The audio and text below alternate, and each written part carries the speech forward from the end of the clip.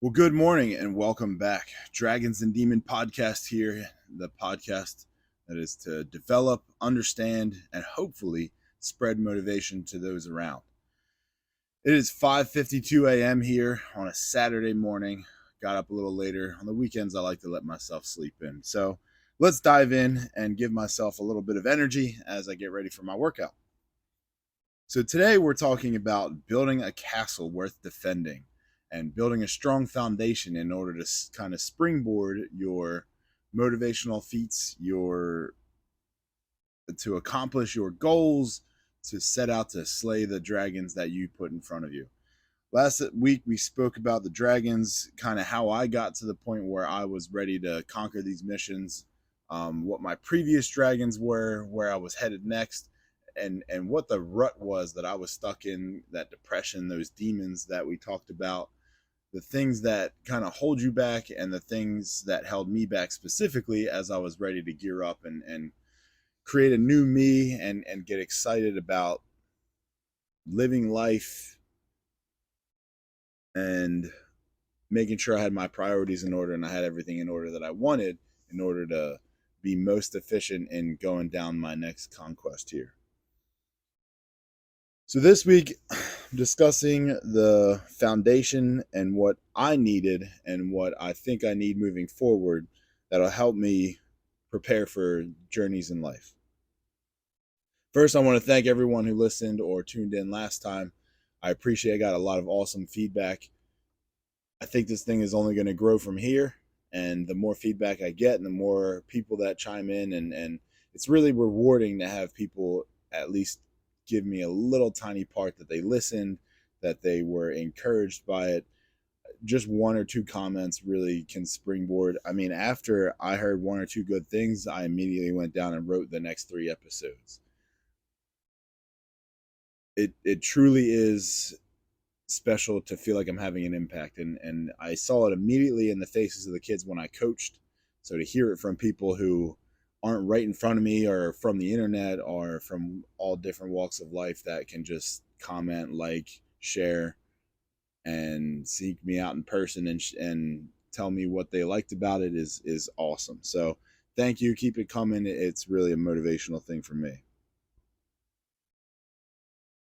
So now that we're here, different parts that I find important. So this first part is kind of about the physical portion, what your body, what is important about your body as far as getting yourself in order to be able to accomplish goals throughout the entirety of your life. So if it's a fitness goal that you're looking after, if it's a personal goal, business goal, I think these things are foundationally important in order to be physically healthy enough and strong enough to get ready for these missions. Next episode we'll talk a little bit more about relationships, and again, the first 4 or 5 episodes are about me personally, so I kind of layer it in the relationship with my wife or your spouse, kind of the way I would like to raise my children and the importance of the relationship with them, and then friends and strangers after that. Part 1, physical fitness. So in this book by Jocko Willink, Discipline Equals Freedom, it's truly a great read. It's an easy read. It's a different read. Just the way he kind of lays out the chapters and different things like that. It's an awesome book. Highly recommend it. But to summarize and paraphrase some of the things he talks about, there's like 3 different levels of training that he uses. 3 different disciplines. Resistance training, sort of like a combat training and like a cardio.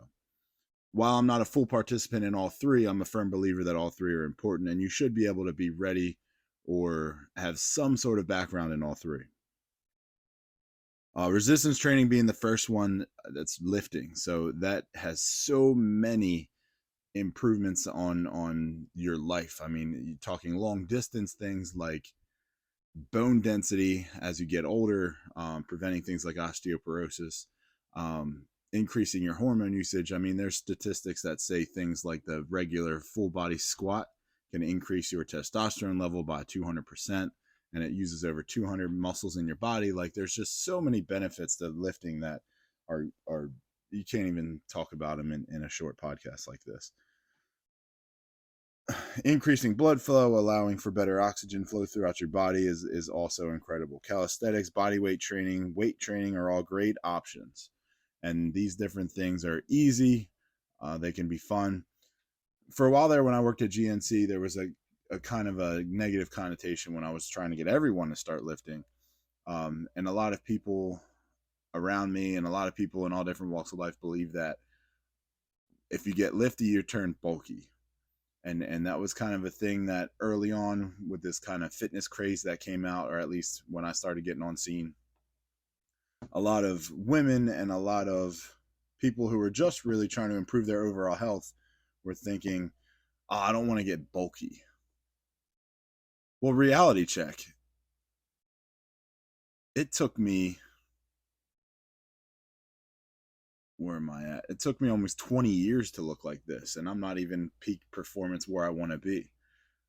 It doesn't happen overnight. So if people think they get bulky from lifting a couple times, you're insane. It takes years of development to get there. And it takes years of training to get there. It takes a special diet. It takes special training to get there.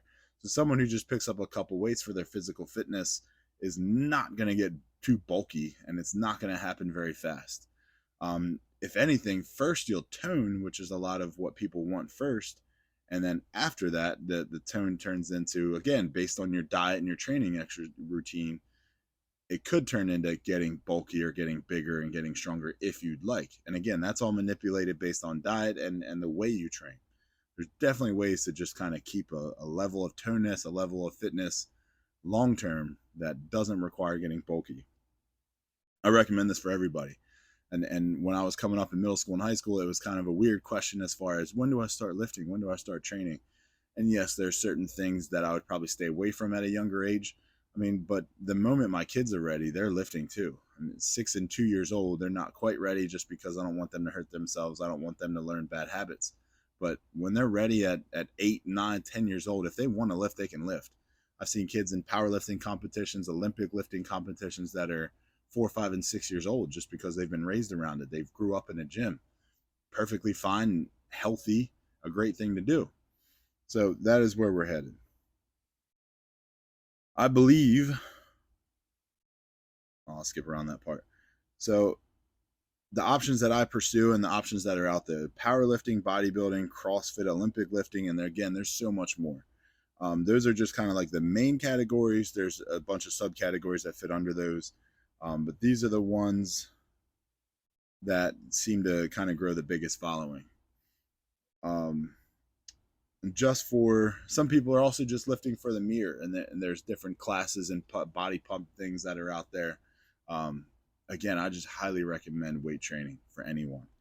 As a man and as an adult, I feel like you should have some sort of knowledge on how to pick something up heavy. I mean, when it comes to just moving furniture, or something happens and you need to pick up a spare tire to change a tire on your car, you should know how to move that thing.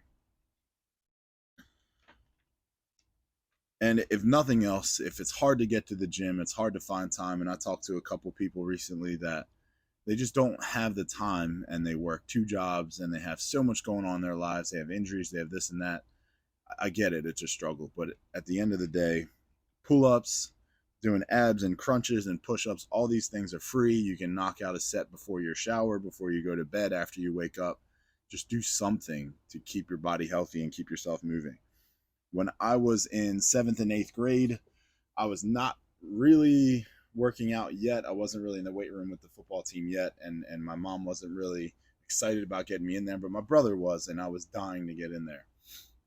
So my brother gave me some advice that he had heard from a basketball coach somewhere, to do 100 push-ups a night. So the story was, my brother knew someone, or my brother heard this story about someone was cut from a basketball team, and I'm probably butchering this, but they were cut from the basketball team, and that basketball coach said, do 100 push-ups a night and get ready to play football.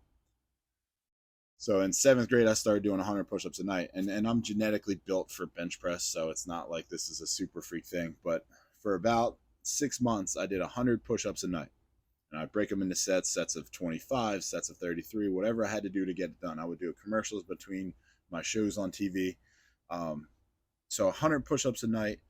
When we went to max out, when I was in 8th grade in middle school, walking over to the high school for workouts, my first ever bench press max out, I did 265 pounds, which is more than, I mean, if you look at the percentage charts, you're talking, this is more than 95% of humans across the country. less than that for gym goers, but it's a pretty good mark. And for kids that I've trained and football teams that I've trained over the years, you're talking I'm already in the top 10 of lifters of kids that I've trained at my school at 265. And that's just kind of building that repetition, building that habit, building that muscle, and something that doesn't affect your growth, and something that um, is easy, free, and cheap to do. The next discipline that Jocko Willink referenced was combat training, resistance training. I'm sorry, combat training or martial arts. And he speaks from a military mindset. He's a Navy SEAL. And with that said, I do believe self-defense is important. Again, I think you should have some sort of knowledge and idea on how to defend yourself, especially in this day and age that we're in. If I had a local gym and if I made that a priority, I would definitely go find a jiu-jitsu studio or something to get involved in. My kids are going to be wrestlers as long as I can keep them in wrestling. I wouldn't put this high up on my priority list, but it's something that I think everyone should have a little bit of knowledge on how to handle yourself in case things go south. One thing he did talk about was firearms training as a self-defense method.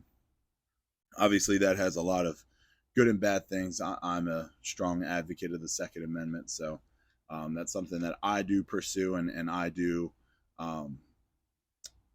train myself on. But that the safety there is kind of the biggest factor, and there's a lot of connotations that go along with that. But at the end of the day, it is a self-defense thing, and it's something that I enjoy doing. It's a good hobby to practice and kind of sharpen your skills as far as hitting targets. Next up, cardio. I am not a big time cardio bunny. I am not someone who's going to go to the gym to hop on a treadmill for an hour. I do have a step mill, and that's probably my favorite piece of cardio equipment that I've ever used. And it's just something that's quick and easy, still gives you a lot of development in your quads and your legs. But I do also feel like as a human, you should be able to get up and run when you need to. And this might be for me, this might be going for a jog, kind of testing to see how my runs are, testing a little bit.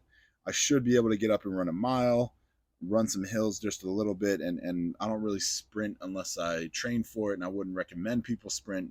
If you don't train for it and you just go out and sprint, you're going to hurt yourself. If your legs aren't primed and ready and those fast twitch muscles aren't ready, I wouldn't recommend it. But if you're going to train for it, then it's something you can kind of build up to and something you can be healthy with. If running is your jam, by all means, go for it. Again, running's not something that I've always been a huge fan of. Obviously, in sports, I've always tried to be the best runner I could be. I always trained for speed, but after a certain point, that priority just kind of fell off, and my focus went back to lifting. In all of these facets, I think competition is huge. And when I say competition, I don't mean everybody needs to participate in a powerlifting meet. I don't mean that everyone needs to go on stage and be a bodybuilder. I don't mean that everyone needs to get out and run a 5K. I think the competition first means you need to be able to compete with yourself.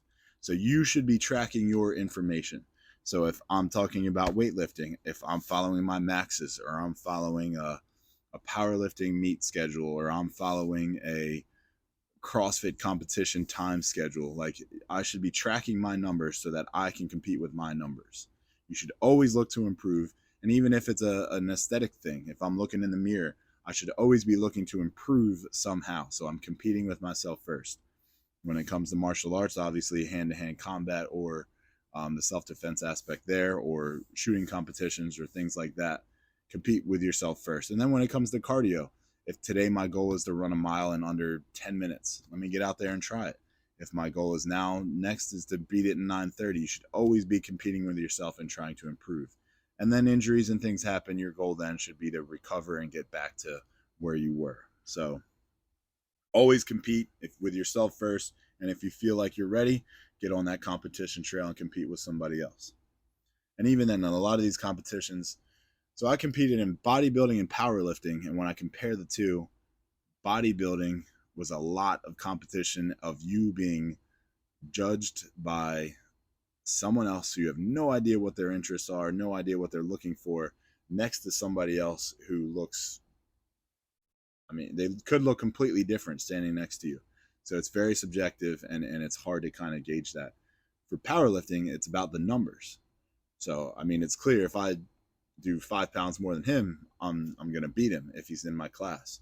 But it's also a lot more about beating my numbers from last year. So there's a lot of different levels there. So again, in training, there's 3 different disciplines: resistance training, self-defense, cardio. Compete at least with yourself first, and then from there, just continue to grow and improve and be ready to move on. It is 6:16 a.m. and I'm going to take down a workout here. Hop on this trail with us. My wife and I are doing a 45-day challenge. Today is day 6. So far, we're doing well. She's been a little sick, but we've been able to make it through and hit all of our goals. 45 days of perfection. If you slip up, do a 10-minute walk, do something else to buy it back, and keep going. 45 days, don't quit. 45 days, don't have to start over. 45 days is a resolution thing, but there's an opportunity for you not to quit on this. 45 days, social media at CoachP_knows. Follow us, tag us, add us, compete with yourself, and let's do this. Part 2, nutrition. Nutrition is super important, and I spend time with high school athletes, training them, getting them ready for football season, getting them ready for athletics, and kids walk in and they expect for things to happen to them right away. They spend 2 hours in the gym every single day for 6 months before their season, and they're like, why isn't it happening for me? Nutrition is so important. There was an old bodybuilder that used to say, abs aren't made in the weight room, they're made in the kitchen. And that's very true. If your diet isn't right, if your diet is trash, you're going to look like trash. If your training is great, that's only 10% of it. And diet is so important, and your nutrition is so important. I can't express that enough. So I spoke about my struggles last week. The main focus I recommend and my main goal is discipline. So if I can get in the discipline of eating boiled chicken and rice for 3 years of bodybuilding when I was 21, there's no reason why I can't get away with eating a more balanced diet, but a very strict diet right now. I push myself with these 30-day and 45-day challenges that I've put on my social media, and really they're there for to kind of grow those goals. And a lot of people I work with haven't really experienced these before. So if you want to try like a 3-day or a long weekend first, let me take 4 days and be perfect. 4 days, be perfect, and then I can relax for a couple days and see how I felt. And then next go around, I'm going to do a perfect week. And then for 7 days, I'm going to be perfect. I'm not going to cheat. I'm going to stay within my guidelines of my diet or stay on my diet, whatever it is. If it's as simple as removing junk food from your diet, then 7 days, no mess ups. Take a couple days off, and then the next go around, we're going for 10, we're going for 15, 30, 45, and we'll grow from there. So that's a really great way of not allowing yourself to mess up. There's been some diets I've been on, carb cycling and different things, where I kind of would build in cheats. And when you build in a cheat, you're really opening up a terrible door for yourself. So if there's I'm going to have a cheat day on Saturday, well, that cheat meal, if you plan for like Saturday night going out with the wife and I'm going to go wild, I'm going to have pasta, I'm going to have dessert, I'm going to have this and then that. If you plan for that error is only going to grow. So now it's not only just that I have a pasta dish for dinner, I had a couple drinks with it, which adds a lot to that.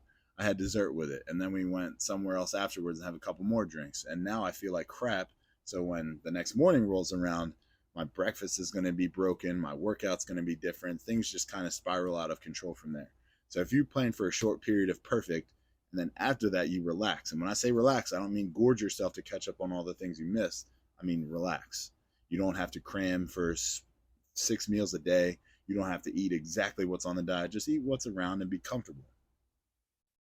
That seems to be the most beneficial. And that really builds that discipline of eating perfect for a short period of time and growing it. And if you look at it in grand scheme of things, eating perfect for short periods of time and relaxing in between, I'm looking at this year that's 365 days ahead of me. If I can do like 6 to 10 perfect trends in there, I mean, I'm going to be on a diet. I'm going to be on a clean eating spree for 70, 80, maybe 90% of the year. And by the end of this year, my results are going to be incredible. So I can't wait to see how that goes.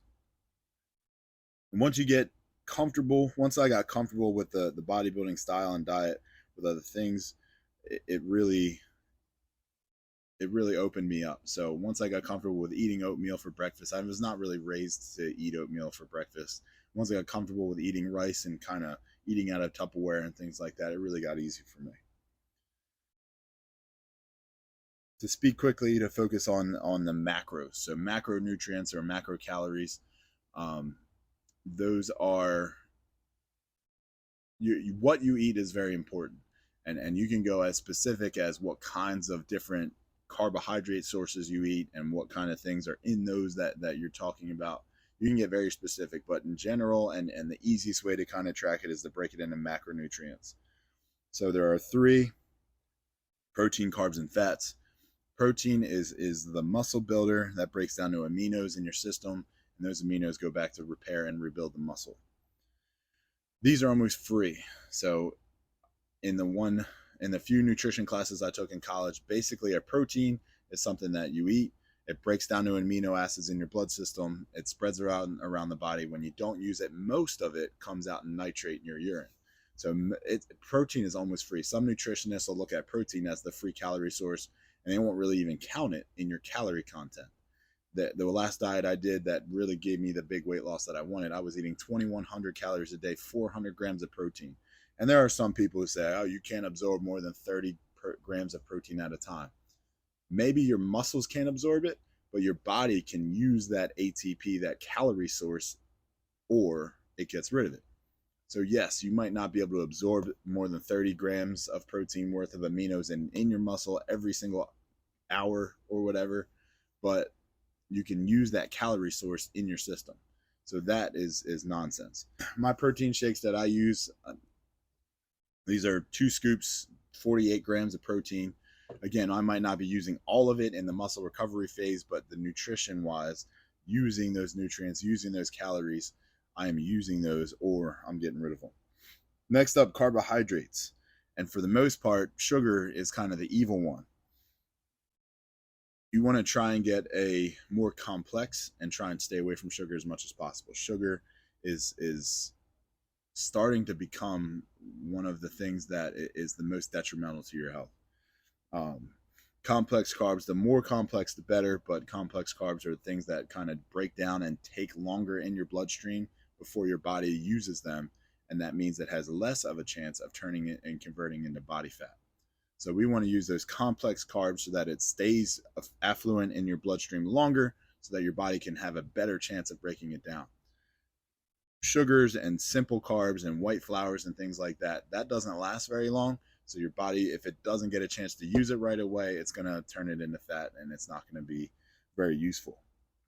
Now, if you have a high carb diet, or if you increase your carbs like I did on my last diet, you've got to bring up the fiber. I had severe stomach pain because I was not doing that right. So fiber, you need to use it. And fiber is a good one because it's not counted as like a net carb. So it's something that your body doesn't really break down the same way. That lasts a long time, and it's something that usually you can excrete, and something that is very healthy to have. So you'll see a lot of nutrition labels that'll say net carbs 4, but their total carbs is like 8. That means there's 4 grams of fiber in there that they're kind of not counting. Fats. So fats are fats. They're good to have, but they're also, if you have way too much, it's very detrimental. So there's this new craze about healthy fats and kind of the way you utilize them and how good they are for different organs in your body. And they are important, don't get me wrong, but there should not be an increase in fats just because you think they're healthy. Eating 30 grams of fat out of an avocado is good, don't get me wrong, but it's still fat.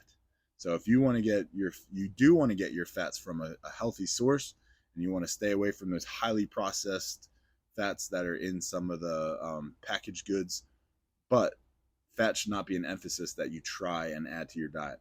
When I build out my nutrition plan for myself, my wife, and the people I work with, I usually try and balance the carbs and the protein first, and fats I just kind of hit a baseline, and our aim is to be way beneath that. Fats is something that builds up kind of fast, and it's something that if you don't account for it perfectly, you're going to go way over. So it's something that we aim really low on, but something that we use to balance out the rest, especially if it's a carb. If you have a lower carb diet with a higher protein concentration, your fat's going to be up a little bit, and that's fine.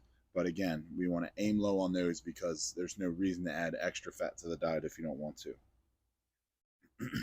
Some general rules and guidelines that I would highly recommend: cook your own food.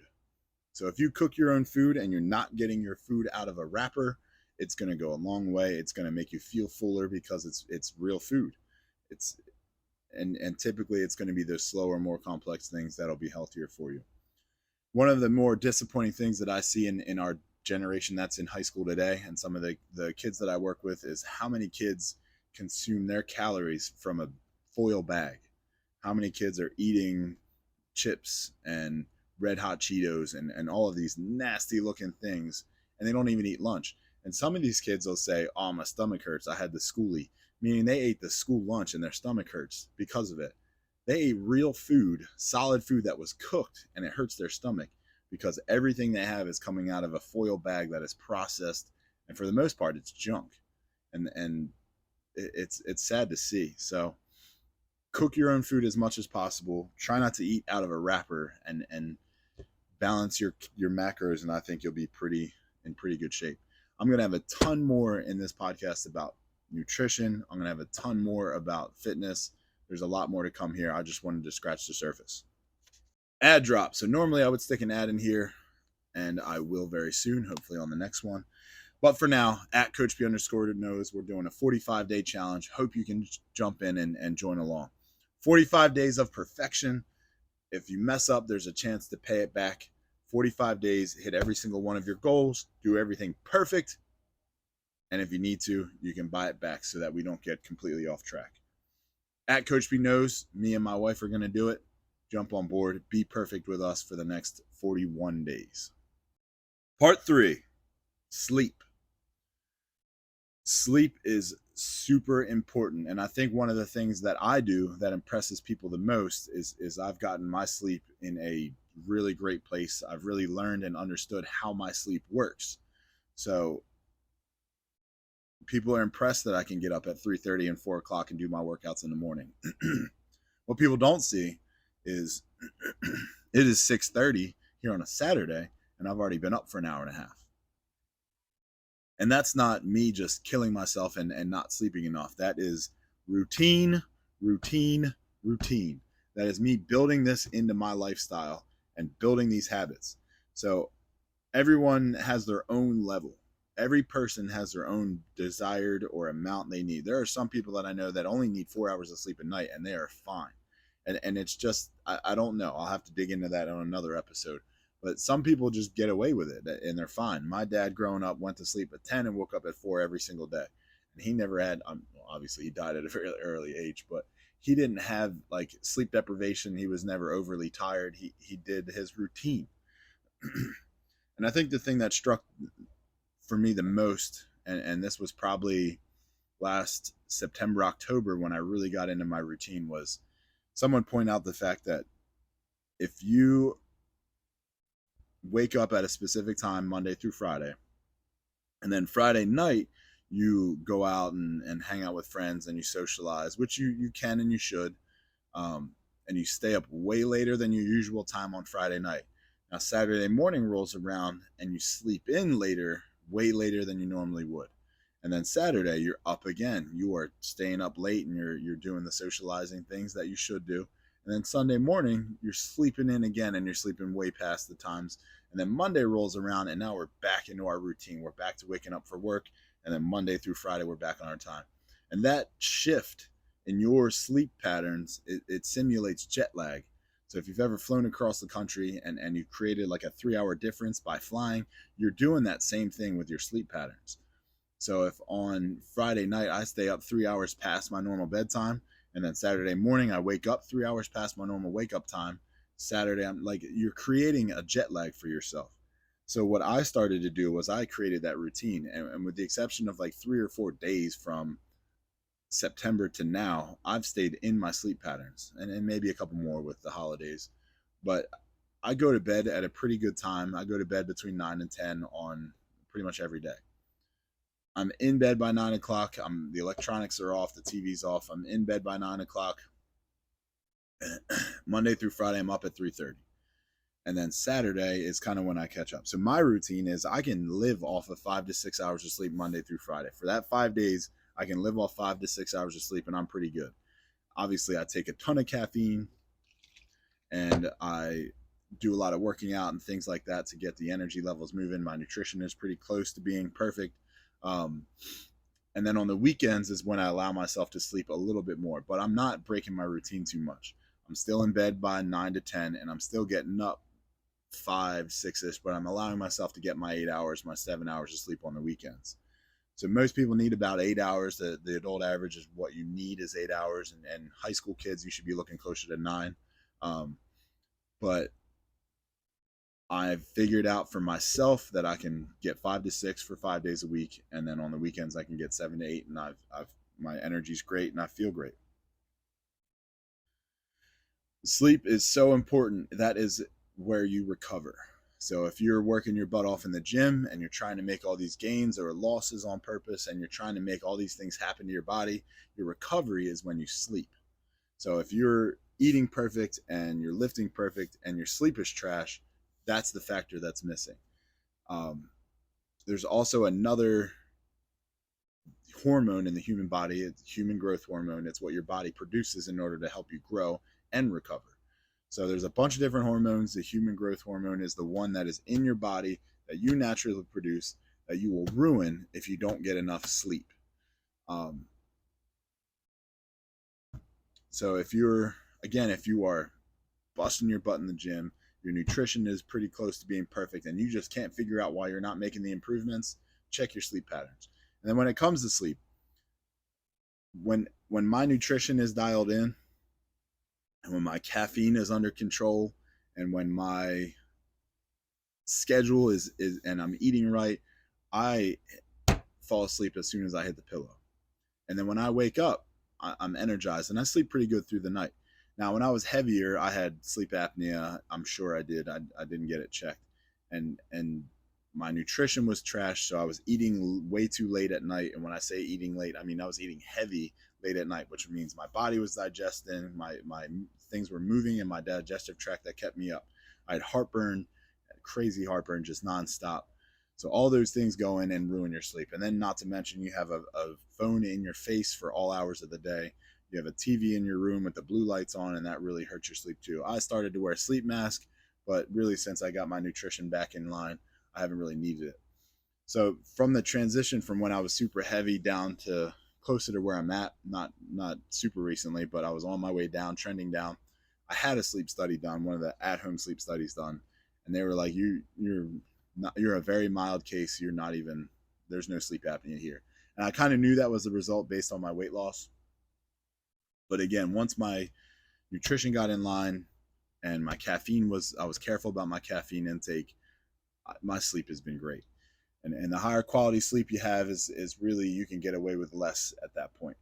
Another study that I saw was that video games and TV and all of this brain activity spent in social media and on your screens, it really acts like there's a brain response to that they've seen the brain light up the same way it would as a response to heroin. So we're giving our brain this dopamine rush as we're scrolling through social media, as we're playing video games, that simulates a drug that is deadly. So and the algorithms in some of these things are built that like it's going to give you exactly what is built for you, the perfect thing to attract your attention on the first scroll. And then you scroll again and the next couple are trash, there'll be an ad in there, and then on that like fifth or sixth one, there's one that's almost good enough to be that first high that you had of the being the best video you'll see all day. And then there's a couple more that are trash. So you're just constantly searching for this rush, and the dopamine in your brain is just looking to build up, but really you get this peak and then it kind of trends down and you're just constantly searching for more. And that's what gets us stuck scrolling on social media. And if you're doing that before bed, your brain activity is way too high when it should be kind of coming down and coming to a close, where you should be counting sheep or whatever and getting ready for sleep. So one thing that I have not been perfect on, I'll be honest, and something that I'm trying to be better about is putting my phone down, putting it away from me so that I can naturally fall asleep. And one of the parents I talked to yesterday, they take their kid's phone and don't let their kid have their phone in their bedroom at night. I thank them. thank you, ma'am. I wish you could come to my house and take my phone away from me too. That is so incredibly responsible of that parent to do. Respect to that person. And I told her that on the phone. I said, thank you for doing that. Come to my house and take mine too. And she laughed, but it was something that she tried and she really liked it. So I appreciate that. Ad drop. So there is a wonderful podcast out there by two lovely people. And by that, I mean my wife and I. So we run the Kevlar podcast, the Real Kevlar podcast. It is a podcast about our bulletproof love story. We've known each other since we were 14. We have a beautiful relationship. I love her dearly. And we just sit there and we talk it out. And it might not be something that everybody looks for, but it's something that we do offer advice from time to time on relationships. We do offer tips and things in our interests and our hobbies. But really, it's a really good chance for us to just kind of continue to grow our love and get to know each other. So if you want to hear some of that, it is out there, Apple Podcast, Spotify, Kevlar, the Real Kevlar podcast. Check it out. It's a fun time for us. And if you listen up, maybe you'll like it too. All right, and that brings this episode to a close. So today we talked about physical fitness, nutrition, and sleep. And again, there is going to be so much more on that, as those are some of my main interests. But these are things that I think are so important to kind of springboard you into your personal goals and tasks and challenge you want to accomplish. If you can get those three things in line, then you're physically ready and you're physically able to produce the energy you need to dominate all your goals and beat all the competition. Next, we're going to talk about relationships, and I've kind of broken that into subcategories of my wife or your spouse, children, friends, what I would call friendlies, and then strangers. So kind of how I've lived my life and even some of the mistakes I've made there and what I think is best for me moving forward as I get ready to move down this path and navigate this self-education, this self-discovery route of motivation. That's all the time I have for today. Thank you so much for listening, and I appreciate you listening or watching last week's and this week's. This drops every Tuesday morning. If you want to see more or hear more, I'm going to be dropping short clips here on my social medias at CoachP_knows. You'll see more. Otherwise, have a great week. I know it's only Tuesday, but it can be the best Tuesday you've ever had. See you next time. I'm out.